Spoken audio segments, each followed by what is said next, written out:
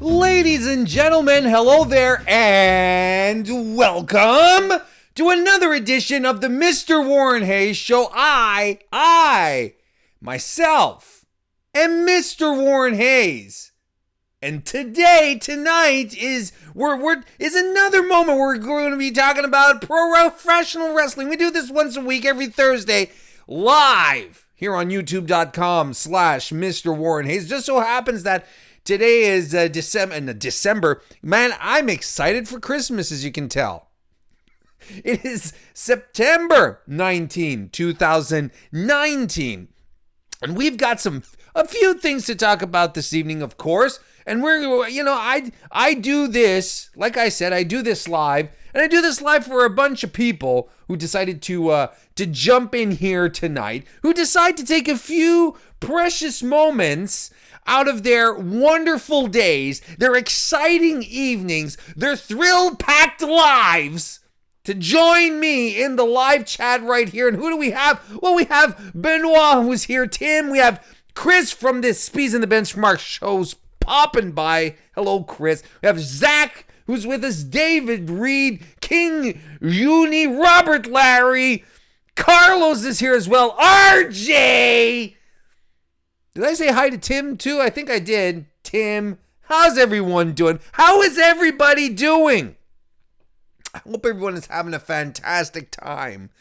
And I'm really excited that you're here watching this live. And if you are watching this live, do consider giving the video a thumbs up. That's always nice. It's a nice little gesture. It's a wee thing. It's a wee tiny thing that you can do that helps out the MrWarrenHayes Show quite a bit. So just give it a little like there on the YouTube thing. And even if you're not watching live, even if you're watching this later, you can do that. And maybe you're not even watching. Maybe you're one of these people who has, who likes to multitask. Who needs to do a couple of things at once. Like you're over here doing one thing, but at the same time you're over here doing another thing. Such as, so maybe you're listening to this in podcast format. Perhaps you're listening on a podcast application, because the MrWarrenHayes Show is available on all podcast applications. And if you are, well, do consider leaving a review, a subscription, a like, a thumbs up, whatever. And speaking of subscriptions, the month of September, as far as WarrenHayes is concerned, is not the month of September. I call the month of September subtender. Subtender, though, is, when it's too tender to be actually tender, it's subtender. But what I'm talking about, I just completely flubbed my whole pun here. September. Because I have a subscription goal for right here on YouTube. I have a subscription goal. I am looking to get to 500 subs by the end of September. It's the 19th. We got 11 days left, and I'm 30 subscriptions behind. I am at something like 470 or 469. So if you're not subscribed to the channel, do consider giving a little subscription here. That'd be fantastic. I really would appreciate it. And why don't you ask your mom to subscribe? Why don't you ask your Uncle Steve? You have an Uncle Steve? Maybe you have an Uncle Joe? Maybe you have an Uncle Dave? Maybe you have an Uncle Jeremy, which, will eventually become a thing. Like, to me, the name Jeremy resonates with youth, very youthful, young individual, a child. But eventually the Jeremys will become full-grown Jeremys, and, they'll be uncles and dads and granddads and accountants. So, whoever you can get to subscribe, that would be very, very appreciated. King Juni is watching from Australia. How you doing? Thank you very much for being here. That's a heck of a time zone right there. So that's fantastic. And I'm glad, I'm glad everyone tuned in, and I'm glad you're here. I'm glad you're listening. Don't forget, folks, by the way, to go and check out belltobells.com, which is a fantastic website run by one Kristen Ashley. She covers exclusively, when I say she, I mean her and her staff cover fantastically all the world of women's wrestling. And there's a couple of great articles on the way, on the prep, coming down the pipe, soon to be exiting the sausage factory. I don't know what I'm talking about. But go check it out. Go check it out. It's BELLTOBELLES.com, or follow on Twitter at Bell to Bells. You don't want to miss that out. It's fantastic stuff. I want to say hello to J.S. Brown and Ryan Smith, who have joined. Ryan Smith just joined us, and I got really excited for some reason. So make sure you guys check that out. Lots of great stuff on the way. It's a relatively quiet week for your boy Warren, though. I'm usually a lot busier than this as far as podcasting and getting stuff together goes. But as it stands right now, I had a very nice week. I actually did the very first post NXT live recap show over on Fightful yesterday. That was a lot of fun. I hosted it along with and I had Alex Pulowski to back me up. It was a great time, and if you guys have a chance after we're done here, please do consider to go check it out, because that's it was a great podcast, and we're going to be doing this on a regular basis every week. It's actually going to become what we like to call over on Fightful the Wednesday night war podcast, where Alex and I will both watch our own program. You know, I'll be watching NXT, Alex will be watching AEW, and then we'll gather around and we'll discuss it. We'll recap both shows. It'll be a good time. So you should go check that out. And yes, I will be talking about NXT tonight, folks. Probably not as extensively as I did yesterday on Fightful, because we did cover quite a bit. So if you want my full thoughts, you can go over there and check it out. But, I still will be talking about it, because how can you not? How can you not? It was that was some great stuff. So yeah, and I hope you guys are going to have a good time. I hope we're going to have a good time all here together. Let's get to it and start with the WWE inspection.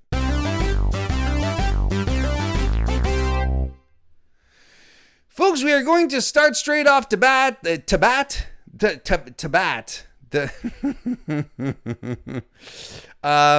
to start right off the bat here. We're going to be start talking about the WWE inspection. What am I doing? What's going on? We're going to start by giving out some. There we go. We're going to start by giving some warm soda here. We're going to start by giving some warm soda to the OC versus Cedric Alexander and the War Raiders. And I'm giving it some warm soda because, well, as you know by now, me applying the label of warm soda to something kind of means that I have some very uneven thoughts regarding what happened here. Things that I like. What was that noise that came out of my mouth? What's going on? Let me take a. I think maybe I need a little mouth hydration here. All right, I think we're ready. I think we're good. So the OC looked like a strong unit in this match here. I liked it. They were working together to take the other trio out, then beating up everyone after the match. And I actually really liked how the entire match ended here. With AJ Styles. AJ Styles looked really, really strong at Clash of Champions this weekend, facing Cedric Alexander. I didn't expect AJ Styles to be so dominant. I wasn't expecting Cedric Alexander to win the U.S. title, but it was a really decisive win. And AJ Styles got another really decisive win as well here. Even ended up giving a second rope, or a top rope, Styles Clash to Cedric Alexander as well. That's okay. I got the names down, folks. Trust me. I know who these wrestlers are for realsies. So, what was really good, so this is stuff that I really liked, and I like that the OC looks strong. I'm really happy that they're going forward with the War Raiders facing off against the OC or Gallows and Anderson, which had been teased at the disastrous tag team turmoil from a few weeks ago. I thought they had dropped that idea completely, and I had said that the OC versus the War Raiders were probably the best thing to come out of the turmoil, because they had teased it, but then it turned out that it really kind of wasn't. But then they brought it back, so that's good. That makes me happy, because that was the only saving grace of that entire what's the word I'm looking for? Bullshit. So you may be like, Warren, why are you giving the OC and versus Cedric Alexander and the War Raiders warm soda? You seem to be so very high on the match. Everything seems to be you seem to be enjoying it quite a bit. Well, because I kind of wonder what they're doing with Cedric Alexander, and I'm very, very torn here. And regular listeners will be like, Warren, goddamn. I'm very torn with what they're doing with Cedric Alexander, because he lost in a very definitive fashion on Sunday, lost again in a very definitive fashion this Monday, and just because there was a post-match beatdown, you could excuse this feud to continue. You could say, well, Cedric will probably want to get some comeuppance on your boy AJ, so maybe this will continue. But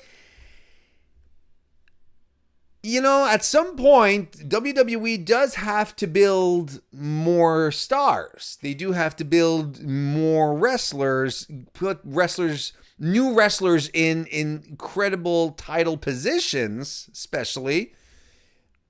It sort of felt they were going that way with Cedric, but then things took a turn, and now I'm not sure what they're doing. There's a lot of people who are saying, well, Vince McMahon he's burying him. I don't think he's burying him.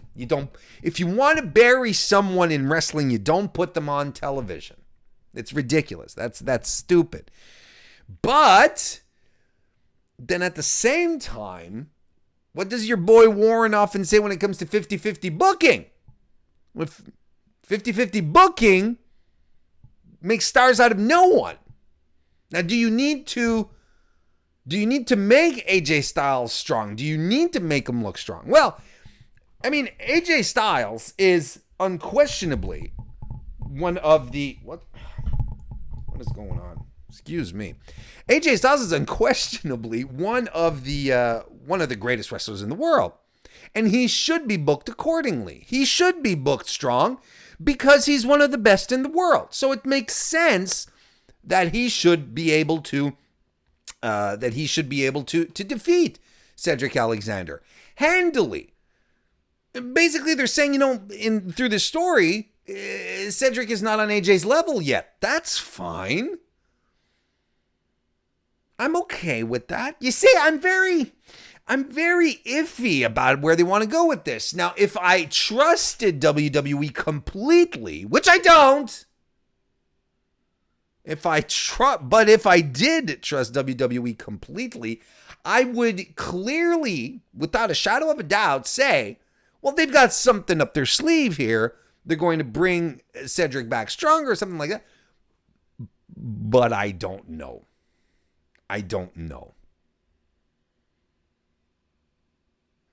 It's I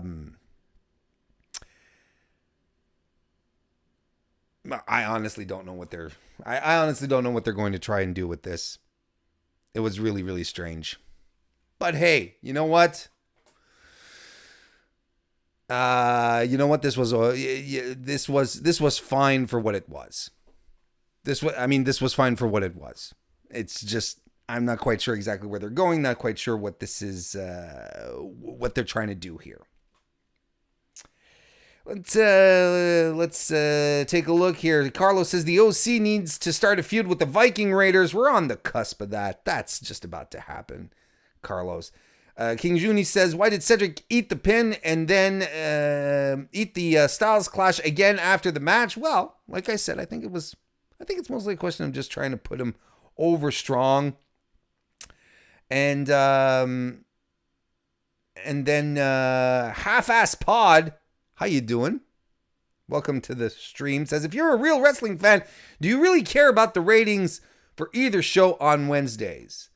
Now, let's talk about that a little later. I'm going to make a note of it. I have a little note here. We're going to talk about ratings care. There we go. So I have it right here. That's my note. Ratings on Wednesday care. And I'm going to put it right here, just above my heart, just to make sure we know that it's still beating.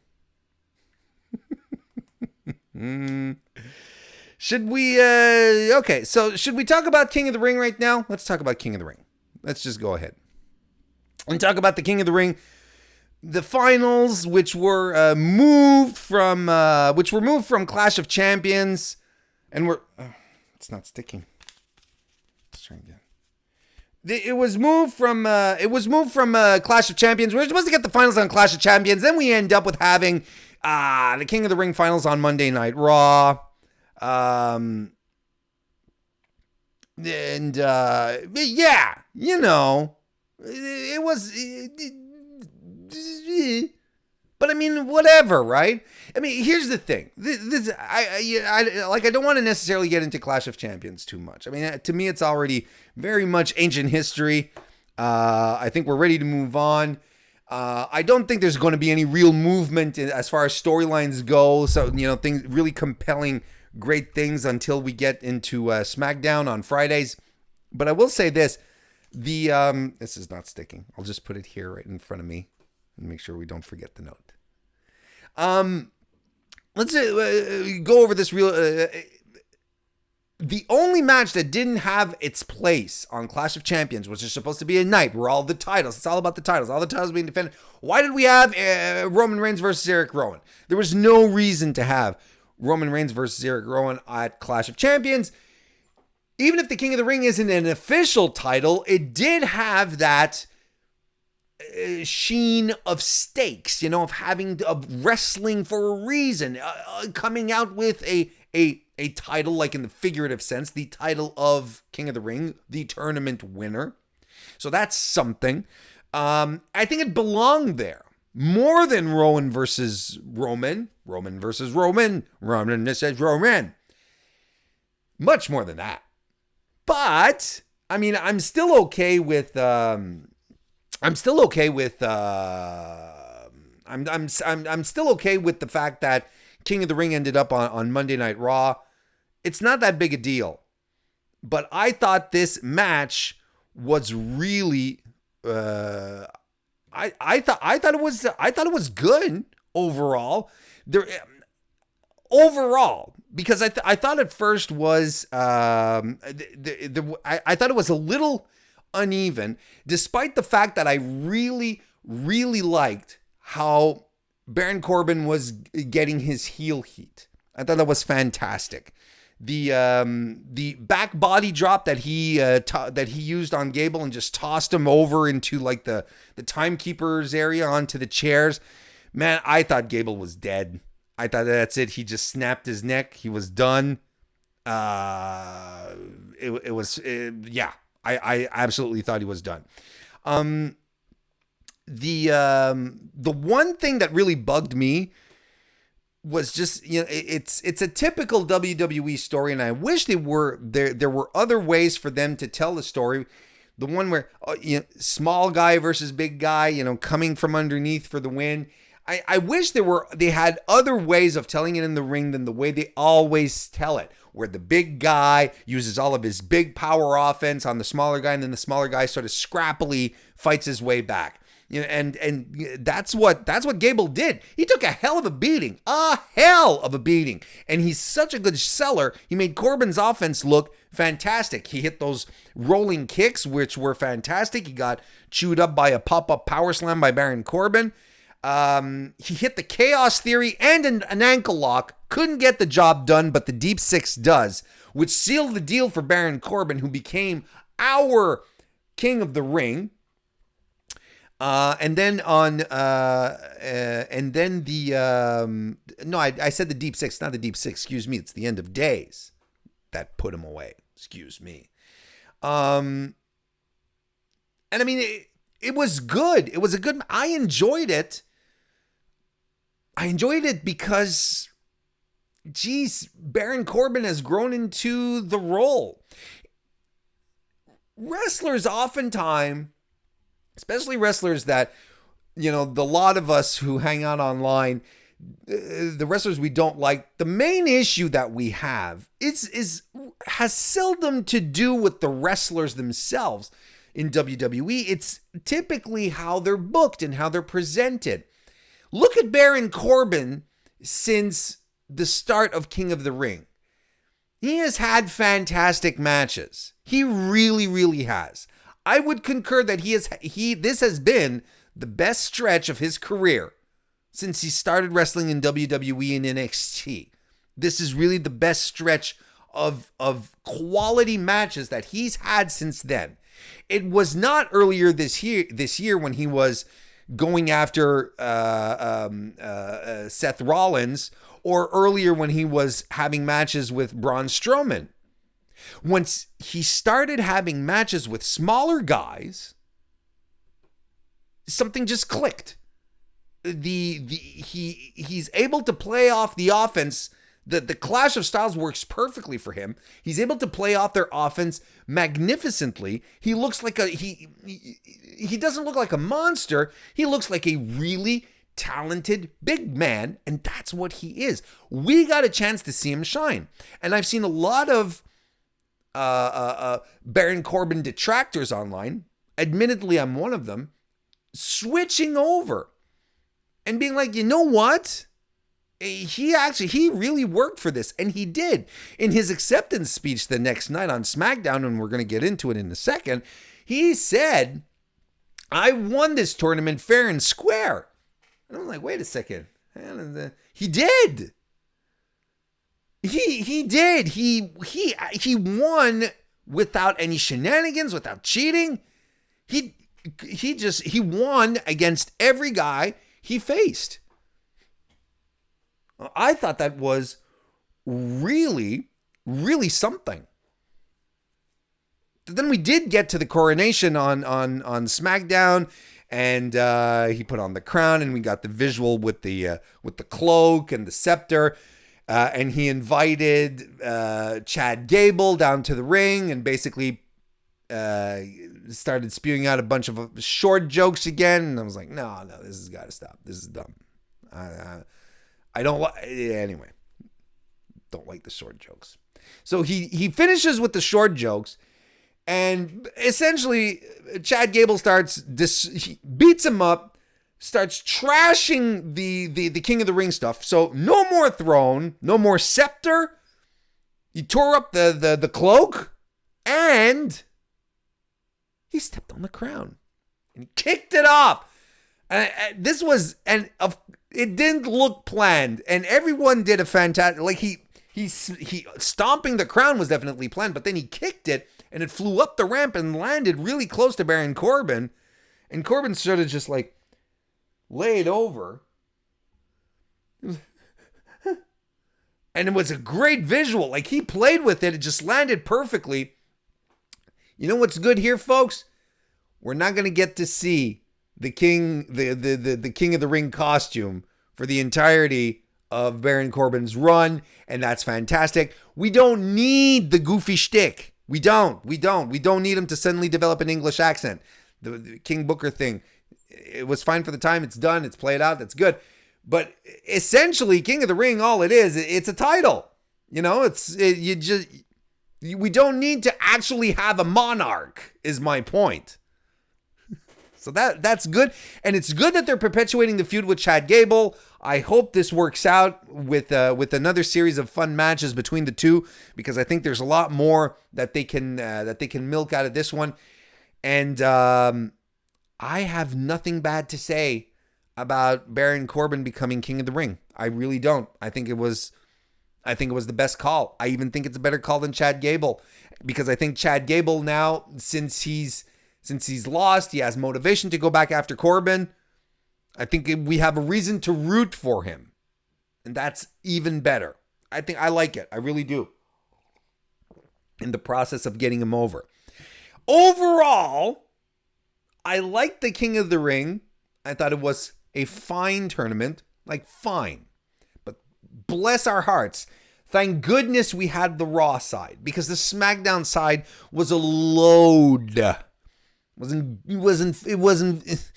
not that it wasn't very good. It was so uneven. It was so incredibly uneven, right?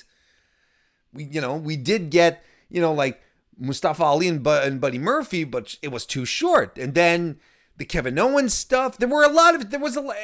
Shelton Benjamin and Chad Gable should have been better than it was. It should have been. Then we ended up with the shenanigans with Shane McMahon because Elias got injured. I'm telling you, thank goodness that we had the Raw side, because it was kind of so-so. I want to say hello to Jesse Velasquez, who jumped in the chat. How you doing? No. Let's see here. Half-Ass Pod says, on a side note, Samoa Joe should have been the biggest heel in WWE for the past 3 years, but of course they dropped the ball. King Juni says we need a Samoan stable. You know what we need? Why don't we talk about it right now then? I'll pop off the Cool Beans. Well, I'm going to leave the Cool Beans because I'm going to give Cool Beans, since we're talking about it. You'll see the link here. AOP's promos, those in the darkened rooms. I like it. I like it a lot. I thought, if you're going to bring the boys back and you're going to make them look menacing, this is the way to do it. They're two legitimately tough guys. Two legit angry fight men sitting in suits, speaking foreign languages. I think it's Rizar, who's from Indian descent. Like he's Canadian, Indian descent, and Akam is Albanian, and they're both there with the subtitles in the dark and just giving these menacing glares, just like those dudes in Breaking Bad. That's fantastic. And if you're going to bring them back, you're going to make them look menacing. Perfect. Let them speak menacing words in these languages that we don't understand. And it's not a question necessarily of, of course, the look at the foreigners being heels. It's not a question of that. Fear, true fear, insecurity, being afraid of something is when you don't understand, when you don't have control over something. That's where fear comes from. That's why ghost stories and horror movies come and get us, is because these people that are in these movies are put into situations where they're in these incomprehensible situations that they can't wrap their minds around, and you're not able to control. That's the horror of it. That's what makes them afraid. And it's the same thing here. You don't understand what they're saying, but they're being threatening and menacing. It's obvious, but you don't know what they're saying, so it's scary. I like it. And if they're going to look, I'm a big AOP fan. They had a fantastic run in NXT. We're not going to get back into how criminally misused they were when they finally did get their call up onto Raw. We're not going to even mention their pairing with Drake Maverick. Well, I already did. And just keep the comedy away from them. We're talking about, a Samoan trio here. Put Samoa Joe Make a trio out of Samoa Joe and the AOP. Joe as the mouthpiece, and those two guys. You have three guys who look like legitimate badasses. That would be fantastic. It would be an even more extraordinary pairing than Randy Orton and the Revival. That would be so good. We're gonna get AOP back up there. I promise you guys. They're gonna get back up there. They're gonna be fantastic. So that was some cool beans.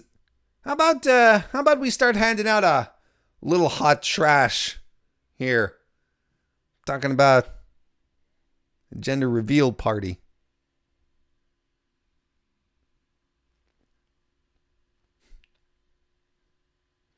The whole thing was really, I mean, ultimately what it did is it gave us Rusev back. Rusev return with the mustache. He looks lean and square and he just looks fantastic. Chad, have you ever been to a gender reveal party? Chad? Jason PS3 goes, ugh. How you doing, by the way, Jason? Critical Sting is here as well. How you doing? And he says, it's a boy. Has anyone ever been to a gender reveal party? You know what you usually do with a gender reveal party? No, not a gender reveal. Aaron J's fan, how you doing, by the way? But no, not a Jinder Mahal. Boo. Usually you have a setup when you go to a gender reveal party. I've been to a couple of those. And usually there's a thing. It's either a game where you sort of like you sort of have to piece together like certain things, clues, or you have like a box or a cake. You bring out a cake, and then when you cut, there's frosting, and all over the cake. And then when you cut into the cake, well, the color of the cake reveals the gender. If it's pink, it's a girl. It's blue, it's a boy. Or 'cause the parents know. It's just they want to make a thing out of announcing it to their friends and family. That's it. That's it. Or there's like a box, and it's like who gets to open the box, and then you open the box, and there's like a pink bunny inside. And it's like, oh, it's gonna be a rabbit. No, it's gonna be a girl. You fucking dumbass. Anywho, Michael Stepney, how you doing?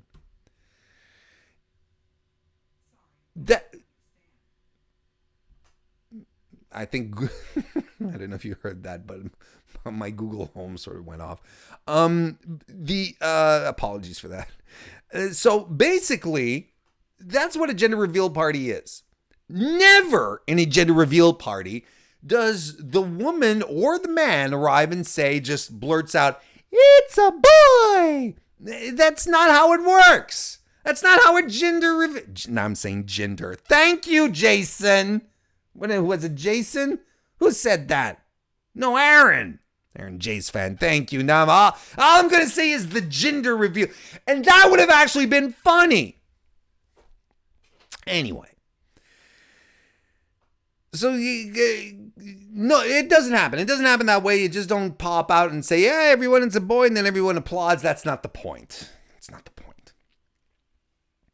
So I thought that they were going to do something clever, or at least something, maybe not clever, but, a bit of a production thing, Maybe they did have an oversized box, and then inside you have Drake Maverick, who pops out and he's dressed in blue and he tries to pin R-Truth or something like that. I don't know.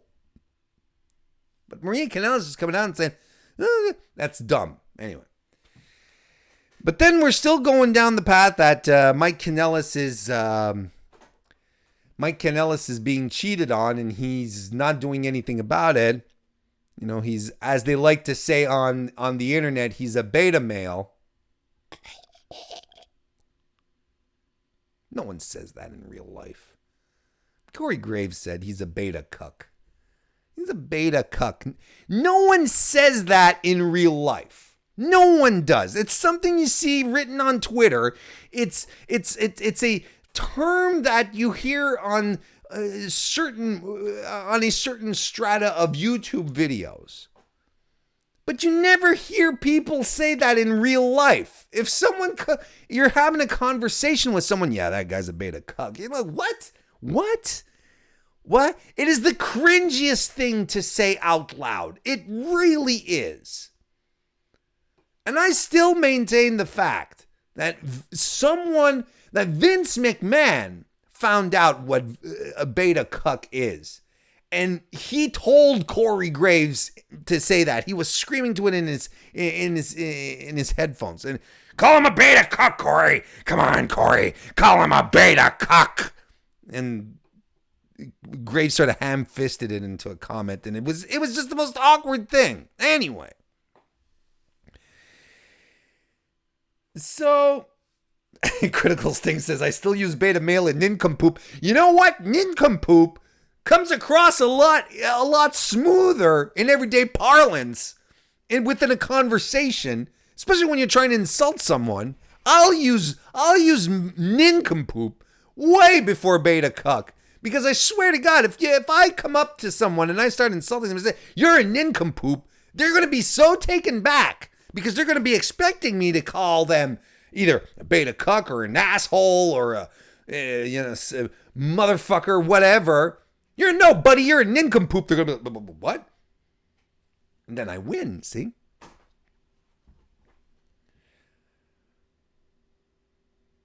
Anyway, look, this whole thing is stupid. Ricochet's face, when Maria said Ricochet's the father, and he was like, what? The face that he had was fantastic. And if anyone is coming close to being buried right now on WWE television, it's Mike Kanellis.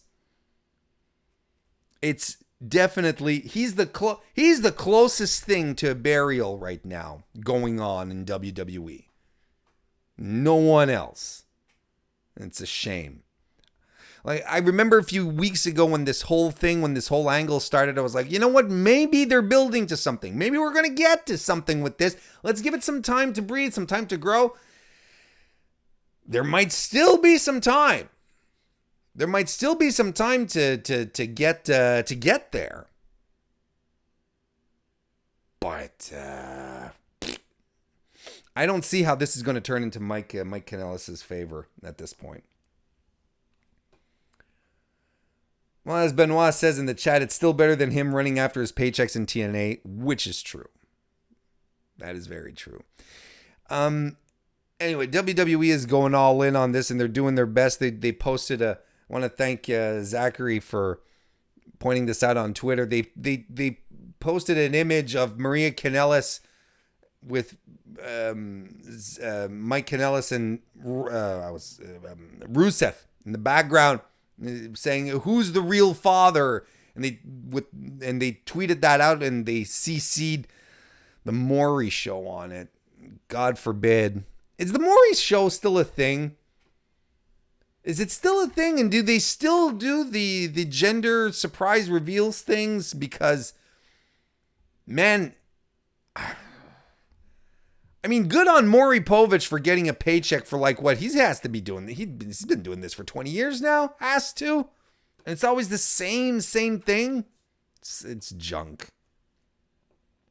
I don't know. No. Let's see here. Oh, we got to talk about the main event. We got to talk about the main event of Raw. And I switched over to over here. Cool beans right here. Not because of the match itself. It's some more 50-50 booking. You know, where Seth and Braun lose the tag team championships on Sunday, and then they face one of the tag team guys the next day and they win. It's 50-50 booking. There's nothing good about that. But you know that's not what we're going to talk about. We're going to talk about Kane hitting the ring. No, first of all, we're going to talk about the OC. We're going to talk about the OC hitting the ring with and attacking Seth Rollins all by his lonesome 3 members of the OC, plus Dolph Ziggler and Robert Roode. And they're beating him down.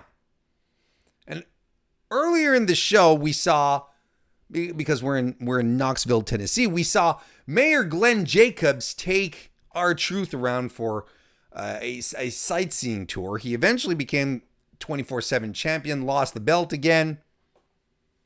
I like the part where, R-Truth was basically convincing Mayor Jacobs to like, dude, you're a busy guy. You're a mayor. You run your own wrestling school. You do community work, whatever. You don't have time. 24/7, man. It's a commitment. And Glenn Jacobs like, yeah, you're right. I like that. But I'm saying this because it's Kane who comes out to take out the heels. And I'm like, man, this is lame. This is lame. Why are we having another legend come and take out the current guys?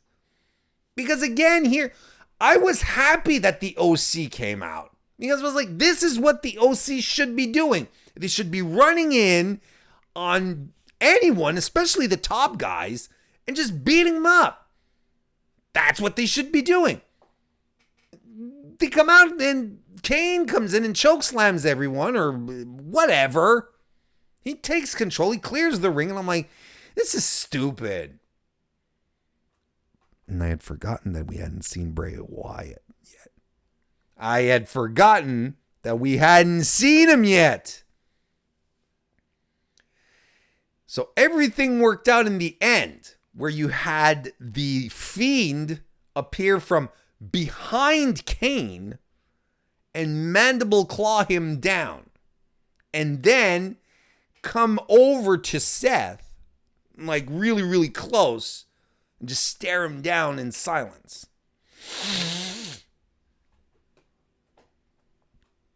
So as much as I was bothered by Kane coming out and taking out the heels, ooh, this was saved, wasn't it? I'm going to tell you what I particularly liked about this. The thing that I liked the most, outside of the fact that once again, the heel comes out, the Fiend, comes out and he slaughters a legend. I think that's fantastic. Outside of that, the fact that he comes over to Seth Rollins and he's staring him down and Seth is afraid.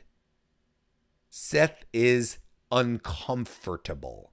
He was uncomfortable during the opening segment as well. Remember when Bray Wyatt was up on the Titantron and was just like talking to him, and then the lights sort of came down, or we started getting worried that the Fiend would appear and Seth was sort of looking over his shoulder. I was like, that's a nice touch.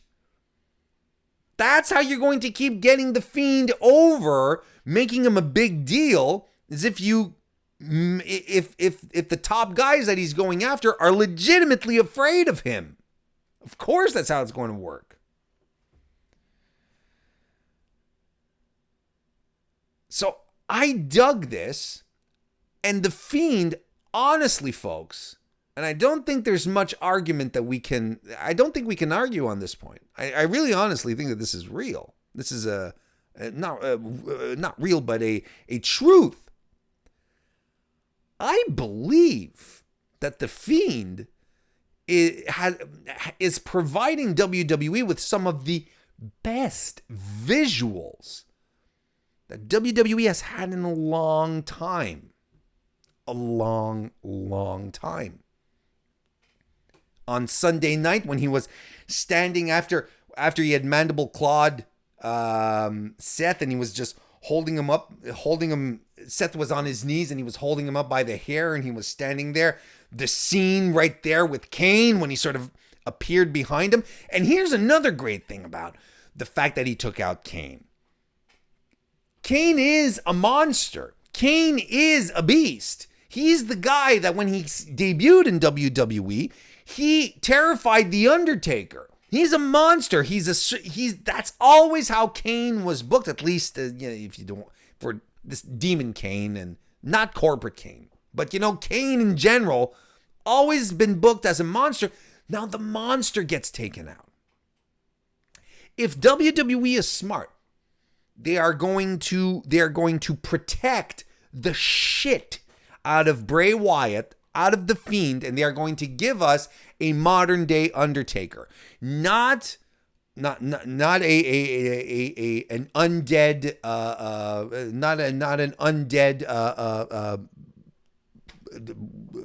gravedigger. That's the word I was looking for. Jeez, that was a hard one. Not an undead gravedigger, but a monster, a nightmare, who will strike fear in the heart of everyone who sees him, who will have these long undefeated streaks, and who you legitimately wonder who can beat this guy. That's what made Undertaker work. That's why Undertaker was so successful. It's like, who can beat him? Who can get to Undertaker? They're really on the cusp of something. Am I in agreement with them putting the Fiend in the Universal title picture so soon? It's a whole other story. I'm not sure. I'm honestly not sure. I think on one hand, I'm very divided on it, because on one hand, I'm like, keep the Fiend away from the Universal title. He doesn't need it. He doesn't need to be in that picture right now. He doesn't. But then on the other hand, strike while the iron is hot. Right? I mean, he's hot. He's over. Put the title on him. Right? I don't know. I'm really wondering what they're going to do with this. So I really, really like that. We're going to try and move on a little quickly here, because I've been talking a lot about. I'm going to wrap it up here on just on 2 points. 2 points that come out of SmackDown, and I'm going to keep the cool beans going here, because I think it's still cool beans. Brock Lesnar returning. I think it's a fantastic move. Kofi versus Brock on the first opening SmackDown. I think it's fantastic. There were lots of surprises in WWE this week. Rusev returning, Brock popping up on SmackDown, challenging Kofi accepting. It's all great stuff, folks. It's all great stuff. You get Brock on the first SmackDown on Fox. Smart thing to do.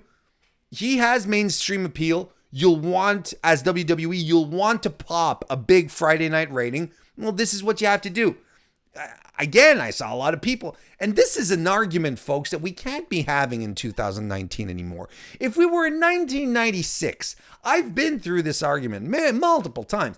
Back in the day, when we started getting pay-per-view caliber matches for free on television. Hogan versus Goldberg, stuff like that. I saw people complaining and saying, this should have been kept for a pay-per-view. Yeah, maybe. But don't you find that the first SmackDown is special? The first SmackDown on Fox is special. WWE knows it's special. They're going to do the draft that evening. They're going to have B-list and C-list stars there to do whatever. So the rumors are going. This is what you have to do. You have to make a big thing. And right now, your champ is Kofi. Brock is the beast. It's going to draw attention. People are going to tune in. I'm excited to see how this is going to turn out, because honestly, you can go either way on this one. You can give it to Brock, or you can keep Kofi. You can keep it on Kofi. And you're telling two different stories, and I have no idea where WWE is going to go with this. I have no clue where they're going to go with this. If they have Brock take it away, Brock becomes champ. Well, it's the mainstream Fox show. Sure, put it on Brock. It will get mainstream media attention. Brock is back. He's champion again. He's on Fox. We're going to see him maybe not week after week. He's on the Brock Lesnar schedule, but he's still going to be there. He's going to get drafted somewhere as well. Kofi then can go back into chase mode and go after the title. Try to topple the mountain that he wasn't able to topple the first time. Or let his boys from the New Day have a crack at him. Let's get Big E. Let's have Big E get a title shot. I think there's a great story that could be told with all members of the New Day to help prop Big E up. If you keep it with Kofi, then you just prove that Kofi is the best booked WWE champion that we've had in a long time. I don't even think AJ Styles was protected this much, was booked this strong during his great run that he had last year. After even 2 years ago when it started, when he defeated Jinder Reveal. You know what I'm saying? This there's something that can be told here that's really, really exciting, and it can honestly go either way. But I was pleasantly surprised to see Braga. Was a nice surprise. No one had reported on it. And it was a legitimate surprise. It was cool, and I liked what they did with it.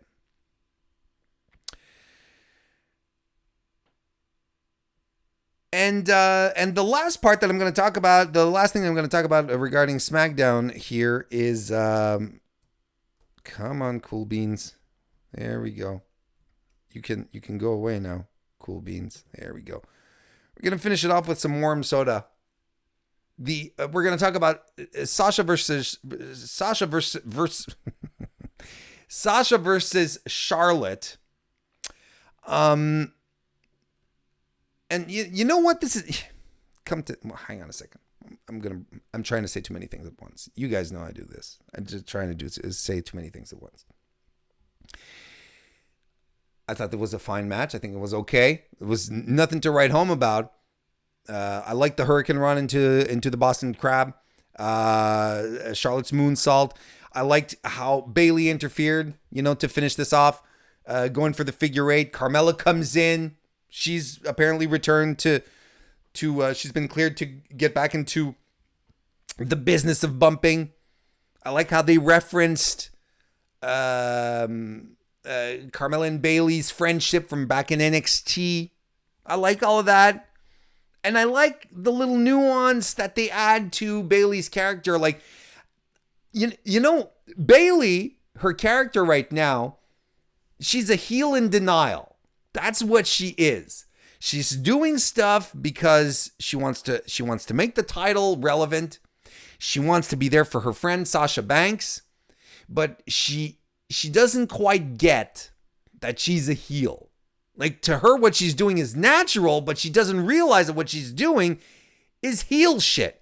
So when Carmella comes in and shoves her, Bayley's like, why'd you push me? Why'd you do that? So she's in denial. And I like that.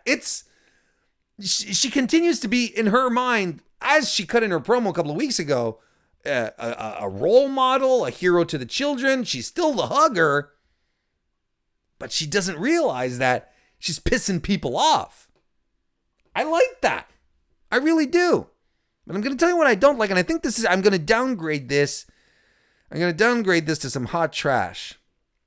What I don't like is Sasha's booking. I don't like how Sasha Banks has been booked since her return. Her return was electric. It was convincing, credible, and great. Then she started cutting promos. It's never been one of her strengths, but I really feel it dragged her down. Then she started wrestling again, and then she started losing matches, or she ends matches on her back. She's not able to go through a match. She's not able to win a match. She's not able to pin a match. To get a victory. She's been winning, but she hasn't been looking strong. And this is the problem. This is the problem that we thought would be solved here in a certain way, because as regular viewers will know, I will often harp on the pitiful state of the women's division, in as such that the women's division doesn't have credible, strong title opponents outside of the four horsewomen booked or prepared or protected. That's why we got Lacey Evans coming out of WrestleMania, because we couldn't go back to the Charlotte well just yet, and Ronda Rousey was out of here. That's why we got a rookie, unprepared Lacey Evans to carry Becky Lynch's first feud as champion. That was stupid. It was a stupid, dumbass move of them to do, but then who else was there? Alexa wasn't ready to come back either. Now they're doing a pretty good job with Alexa and Nikki Cross, if we're being absolutely, if we're going to be fair. Let's be fair here. Let's be fair with everyone. At least here, they're doing their best with Sasha and Nikki Cross. Not Sasha, Alexa and Nikki Cross. At least they're building them to, even if they are in a tag team, if and when that tag team breaks up, you'll have two strong competitors. You'll have built Nikki Cross so that she will come across as strong and credible. But Sasha right now, she's not. She's being booked like a chump. She really is, and this has to stop. And Sasha has to stop cowering. She has to come in swinging. She has to come out. She has to hit the ring and just be vicious like she was when she returned. She has to go straight for Becky. She can't be cowering. She can't be hiding behind Bayley. She has to be the boss. But right now they're booking her as the cowardly heel, sniveling wins out of cheap shots or disqualifications or whatever. Sasha is not looking strong, and this does not help anyone else then in the division. It doesn't. It doesn't. So I'm very apprehensive here of how this is going to go. I like Sasha Banks. I love Sasha Banks. Don't get me wrong. I love the four horsewomen. I really do. But yikes. Right now, Sasha's not looking good. She is not. I want to say hello to Kristen Ashley, who just joined us, and Mr. Fretz as well. Welcome to the stream. So there you have it, folks. That's what we're going to wrap up this week. We're going to wrap that's how we're concluding this week's edition of the WWE Inspection.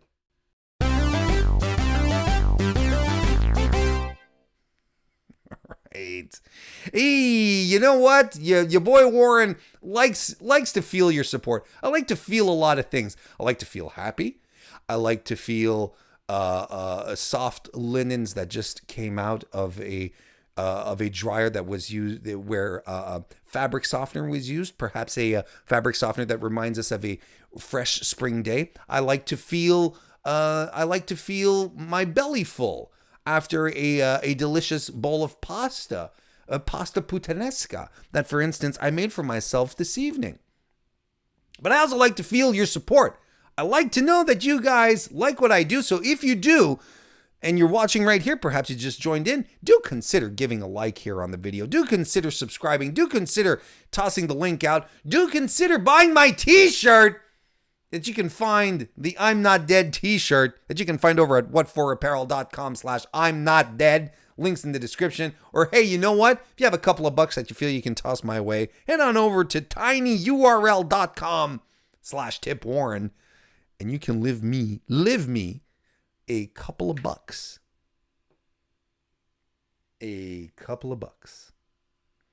Carlos in the chat says Sasha needs the W at Hell in a Cell.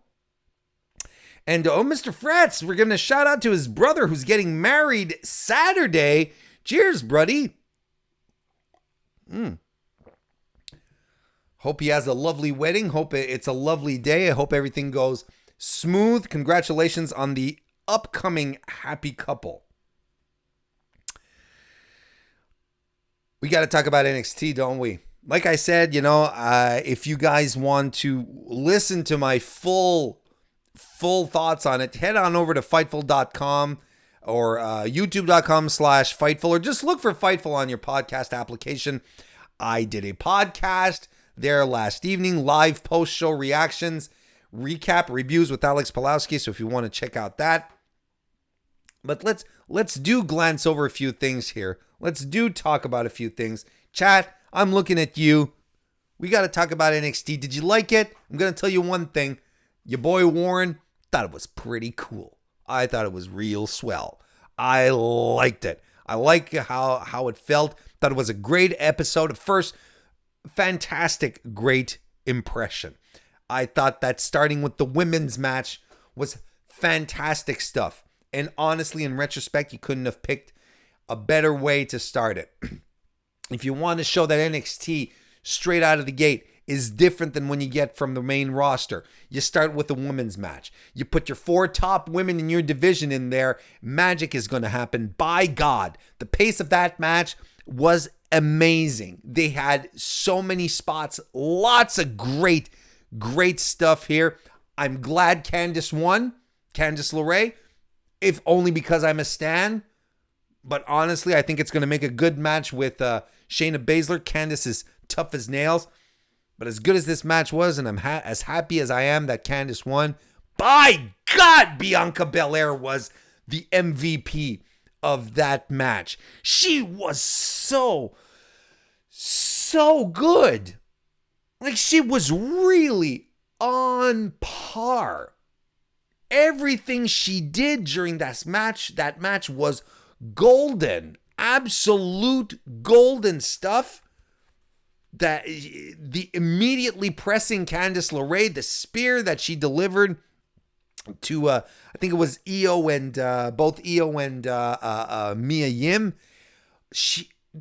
They were all great, but Belair she took it up a notch. That was fantastic stuff. So Candice LeRae is your NXT, the number 1 contender for the NXT Women's Championship. We've got Carlos in the chat saying that Candice is the next champ. What do you guys think? What do you guys think? I thought Velveteen Dream versus Roderick Strong was good. I thought there was I thought it was a little uneven at first. There were some bouts of miscommunication. There was a really weird spot at some point where Roderick Strong was trying to get a body scissors on Dream, and Dream like fights out of it, but not like wrestle struggles out of it. He just like literally sort of shoves his way out. It looked a little awkward. There were a couple of oddball spots like that that didn't quite gel, I found. But the final third of that match, it was amazing. Roderick Strong, your new North American champion. Good for Roddy. Good for Undisputed Era. I'm okay with the Undisputed Era having all the gold. Have ourselves a big ol' heel stable that has everything. I think it's fantastic. I thought Oney Lorcan versus Lio Rush was fantastic as well. Boys, girls, Lio Rush, he's back. He is back. They got him back in. And what a great fit. Put him on NXT. That's amazing stuff. No more hype man stuff. Let the guy wrestle. Let him show us just how fantastic he is. I'm a big fan of Oney Lorcan. There was someone in the chat earlier, I don't remember who, you apologize, saying that Oney Lorcan is one of the most improved of the year. You know what? I don't think he's improved. I think he's just as good as he's always been. Oney has always been fantastic. The matches that he had last year, we're just getting an opportunity to see him shine more because he's in singles competition. He's not always in his tag team with Danny Burch.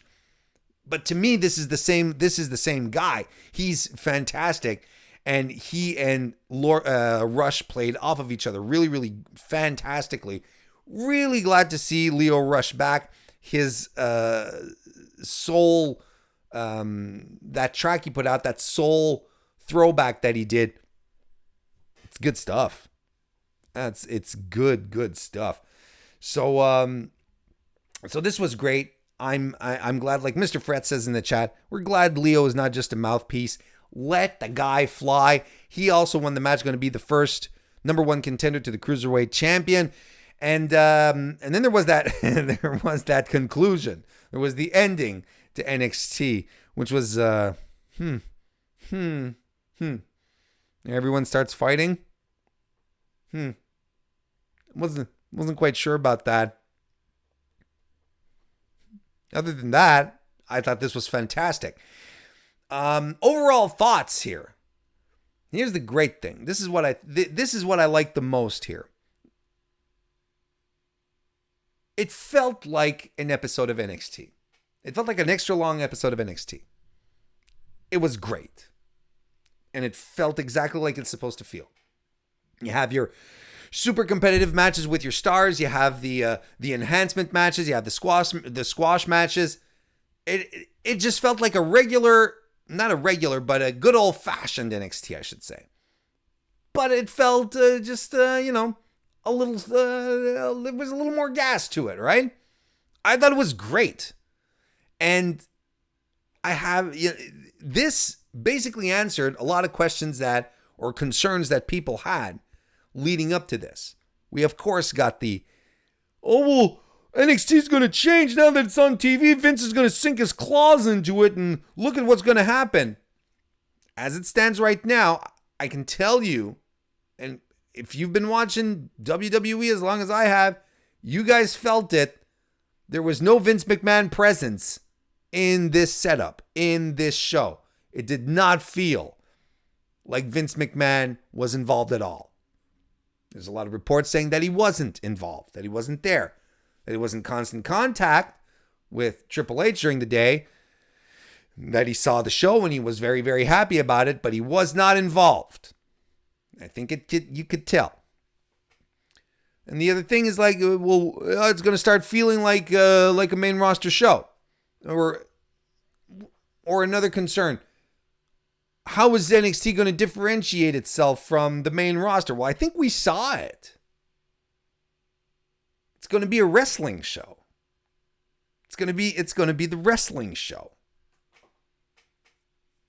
It's going to be more sports and less entertainment. We got everything started with the NXT started with the women's match. That's the first thing we saw. And all we got was wrestling match. Very, very simple, low-key angles. I liked it.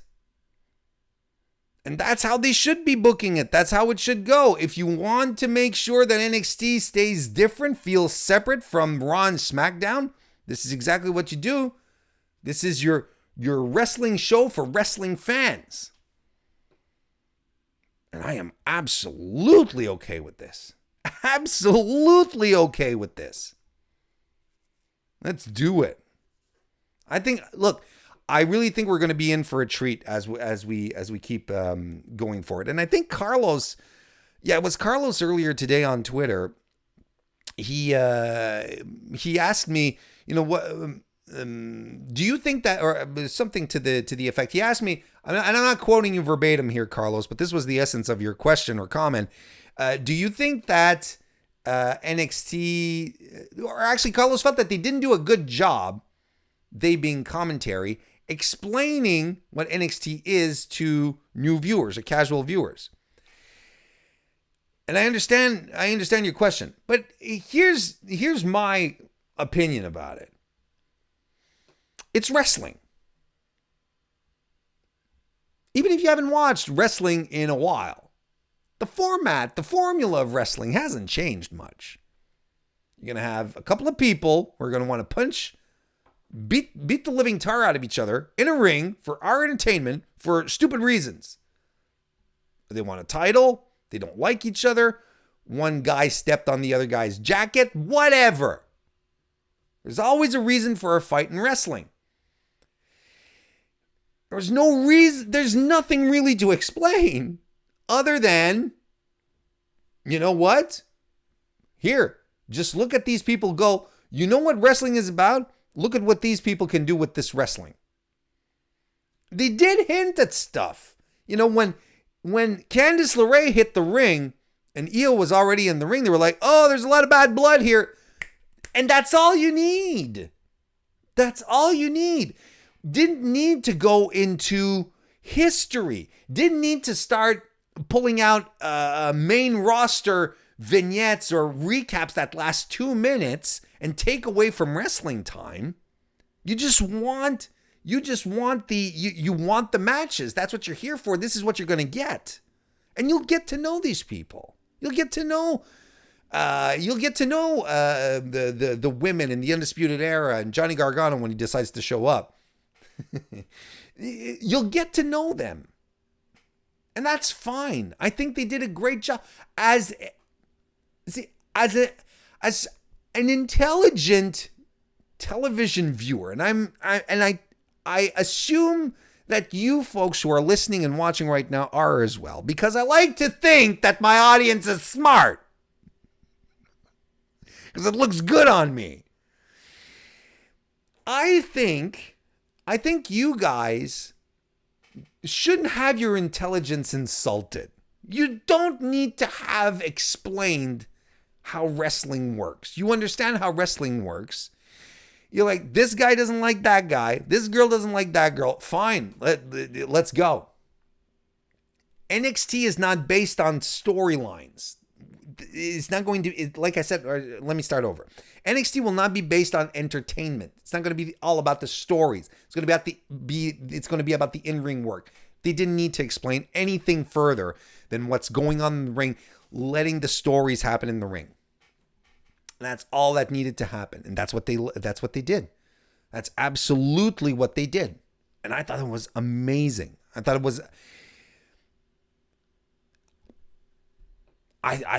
I honestly think that this is the perfect formula to really have an alternative brand still within WWE, but much more accessible.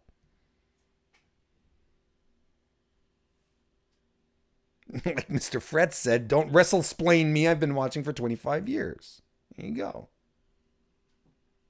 A lot of people having some trouble with Cameron Grimes.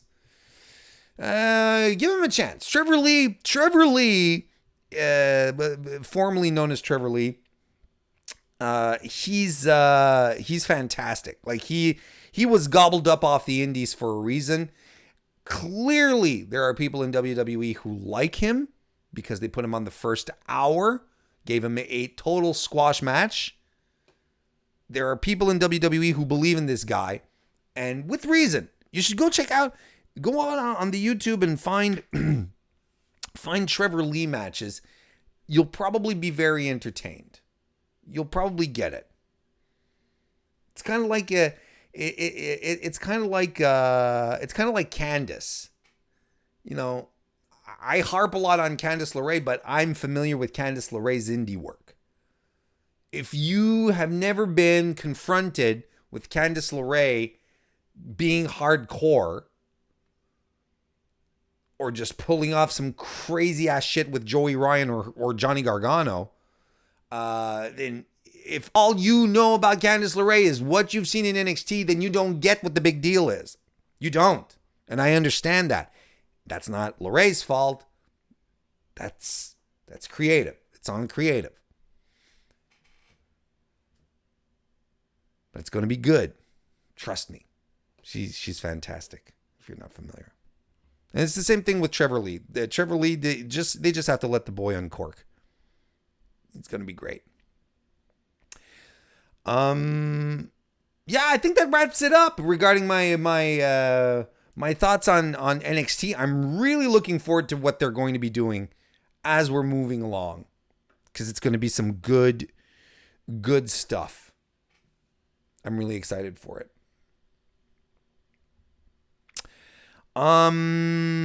Let's talk about some AEW here a little bit. Let me pull something up here. There we go.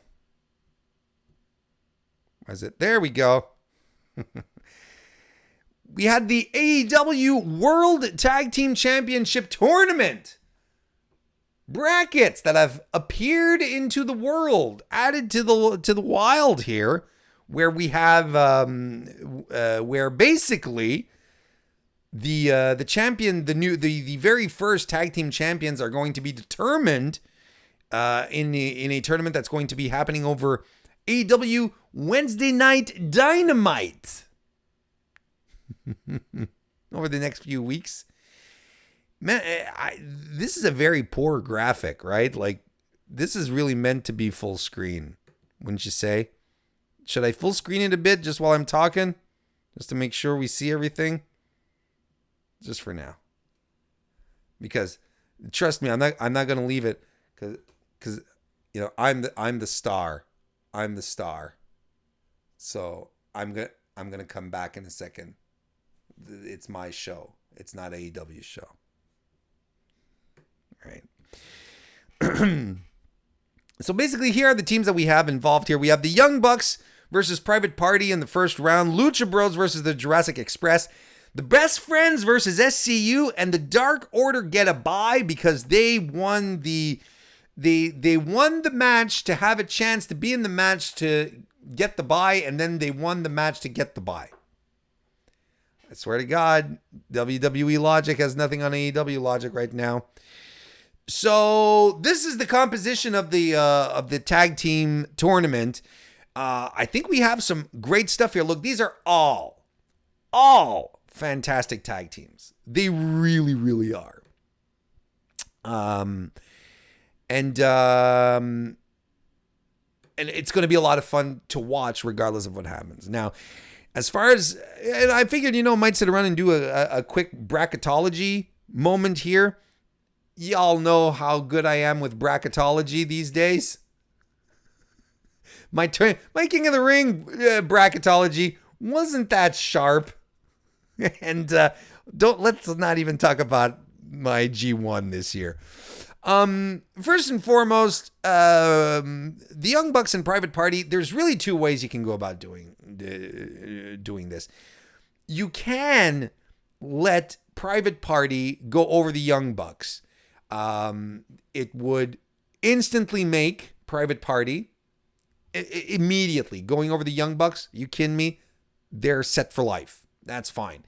And it would also sort of allay some fears that the Young Bucks, who are EVPs, co-owners of the company, that they're not putting themselves over in the tournament. So, avoiding some backlash as well. So it would be a smart move on that front to have Private Party win. But do you have a tag team tournament in AEW where the Young Bucks are in and the Young Bucks don't go forward? Like, right? I mean, that just doesn't work for me. It just doesn't work for me. So I think the Young Bucks are going to go forward. That would be my pick. Despite the fact that I think both scenarios are entirely plausible, bear with me. The Young Bucks go for it.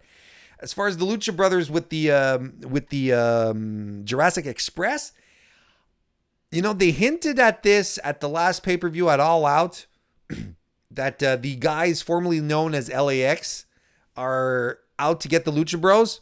I think they get involved here, and I think they cost the match to the Lucha Brothers. And the Jurassic Express will go forward one. And I think they're going to do this.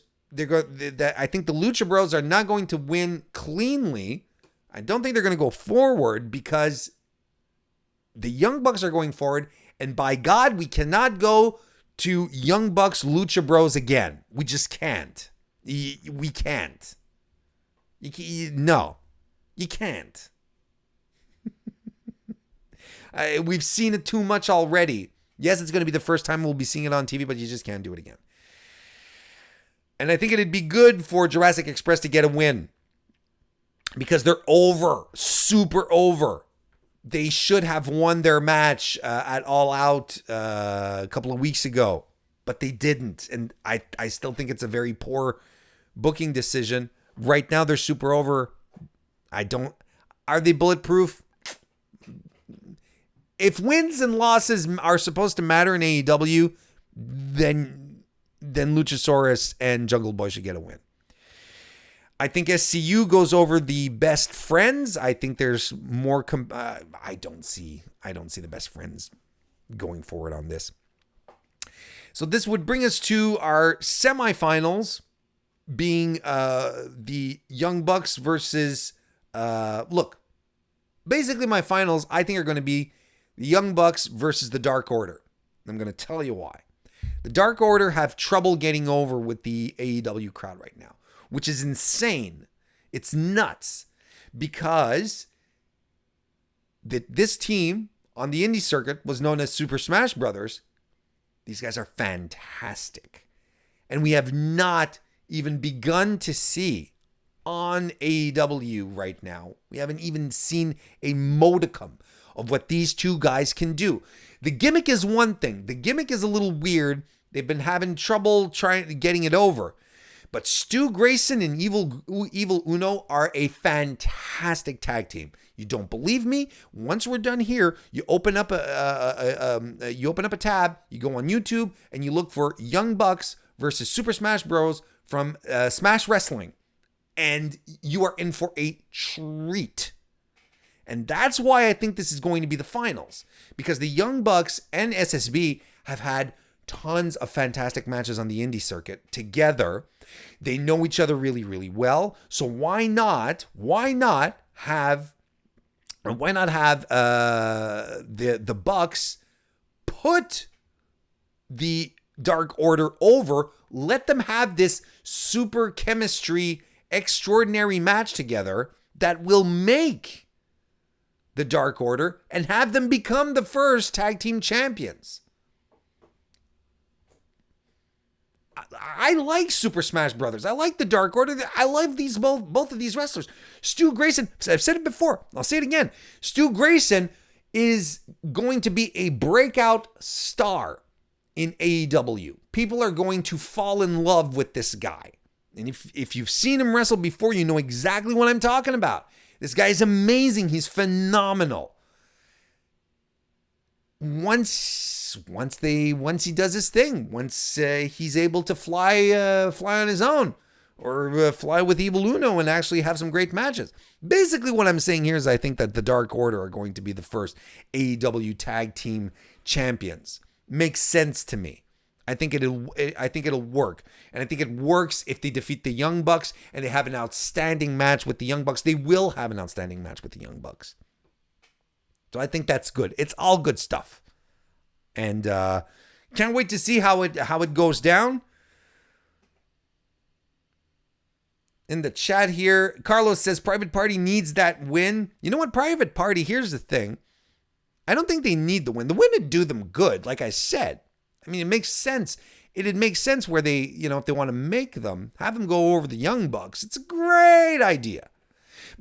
But, Private Party they're a relatively new team.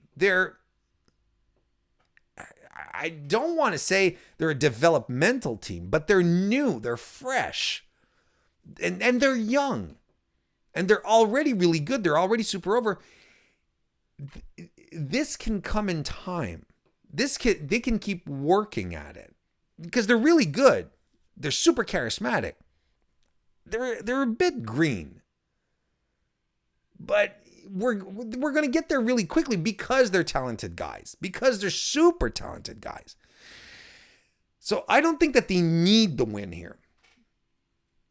If AEW wanted to establish a big-time heel tag team, the smart thing is to have the Dark Order run through everyone and beat the Bucks in the finals.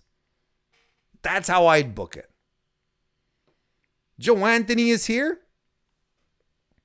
Oh, and Joe Anthony says, hot take says Jurassic Express versus the Dark Order for the finals. Well, we agree on one half of that. Kristen Ashley says, I wish they were having women's tag teams. Brandy told me they weren't. One title at a time never applies to men's titles. That is true. That is true. It says if the women, we have to roll out the women's titles nice and slow. But then again, do they have the depth of roster right now to justify like bringing in tag team titles, actually forming tag teams in AEW? And I'm not being facetious. I'm wondering. I'm just thinking off the top of my head. I'm not even sure how deep the roster is really. One last thing before we let ourselves go off into the wilderness. And I actually feel like my voice is giving out. So I think it's time. But I do want to point out one last thing. A bit of news that popped up today. And this is strictly news. I don't have much commentary on it, but I just want to point it out because it's news and it's good news. New Japan Pro Wrestling has had its biggest financial year in history, in its entire history. It has grossed $50 million this year. That is up 10.8% as opposed to the same period last year. This is according to their financial year, which started on August 1st, 2018, right up to January 31st, 2019. In the report, we find out that New Japan drew a total paid attendance of 436,000 fans, marking the sixth straight year paid attendance has increased. Isn't that a trend that we're not observing here in North America as far as a certain large promotion is going? And New Japan ran fewer live events than the previous year, but ran larger buildings. House show revenue for New Japan was up 12.8% from the previous fiscal year. New Japan reportedly did around $25 million in ticket sales. Average price is $57.33 per head. That's a steal in regards to WWE average. They did about $15 million in merchandise, $10 million in content. When they say content, they're talking about like their television deals, like with New Japan World Access. And as far as subscriptions to New Japan go, they listed at above 100,000, but they didn't come up with they didn't provide, I should say, an exact number. So it could be like 100,001. That's over 100,000. So I'm excited for this. Man, I'm telling you, being a fan of wrestling in 2019, we're in such a good position. And here's the interesting thing, but what's really going to be interesting, I should say, this is what I'm excited to see, is to come back to this report next year when we get the 2018 to 2019 2020 numbers, because this is part of this financial report still included the Elite being a part of the show, right? From August to last year to July this year. So the Bucks and Kenny, they were still there. So I will be really, really interested to see what kind of effect, or if any kind of effect, if any, the departure of the Elite legitimately had. We'll see it this year in these reports. Probably if we had like a breakdown where we could see graphs and stuff, we could probably see lines going up and down. We could probably pinpoint like the moment where the Elite left New Japan and say, yeah, look, see, things started to go up and or down here. Well, you can not and or, it'd be either or. You can go up and down. But so I'm excited. I'm excited to see how this goes. How I know right now, online, on Twitter, on Reddit, there's a lot of drawing lines in the sand right now. A lot of people saying, AEW, WWE, got to pick a side for some reason. A lot of people want this to be a war. Man, when I look at the state of the business this year, it has not been this exciting, honestly, since the 90s. And it's not a question of because it was the Attitude Era. Because there hasn't been this much choice and alternatives for fans. WWE is a multi-million-dollar company that is plugging out wrestling content like it's Niagara Falls. AEW is on the cusp of becoming the second North American national brand. That's super exciting. New Japan is turning massive profits. It's gaining huge revenue. It is in the 2000s, New Japan was dying. You have Impact that's going on Access. Its parent company purchased a television station so Impact could be on it. The NWA is making a comeback. They're taping television. The Indies, they have on-demand services or live streaming. You have Progress. You have Eve. You have Evolve. Bar Wrestling. Game Changer Wrestling. We have it so good. I don't know why we're arguing about what side we should be picking, because there's something for everyone and you can watch whatever you like. You could exclusively just watch the independents and never have to even be bothered with the major leagues. And vice versa, and that'd be fine. We are lucky, absolutely lucky, to have everything to have so much product and availability for us. It's crazy. You know what else is crazy? That I lasted a full 90 minutes on the show tonight. My throat's starting to go. But you know what? I want to thank everyone for joining me this evening. I want to thank everyone who joined us live. If you're listening on your own time, on demand, or on podcast, can't thank you enough. Do consider a like, a subscription, a review, a 5-star review, a like, whatever. Tell your friends. Remember, it's September. Get me to 500 subscribers by the end of the month, folks. That would make it'd kick off the fall a fantastic way. But I can't thank all of you enough for joining me this evening, and I will see you next time, if the music will stand. And I will see you next time.